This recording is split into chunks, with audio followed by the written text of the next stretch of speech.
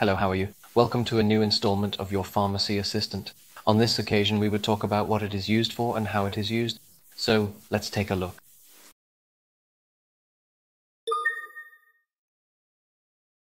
Hi everyone. Today, I'm going to talk to you about a medication called Cytotec, also known as misoprostol. This guide will help you better understand how and when to use this medicine, always keeping your safety and health in mind. To begin with, what is Cytotec? This medication is mainly used to prevent stomach ulcers in people who take certain painkillers and arthritis medications, including NSAIDs. It is also prescribed in obstetrics for various purposes, such as inducing labor and as part of a medication abortion regimen. So, how does Cytotec work? Misoprostol helps to decrease stomach acid and replaces protective substances in the stomach that are reduced by NSAIDs. Let's talk about dosage and administration. It is essential to follow your doctor's instructions when taking Cytotec.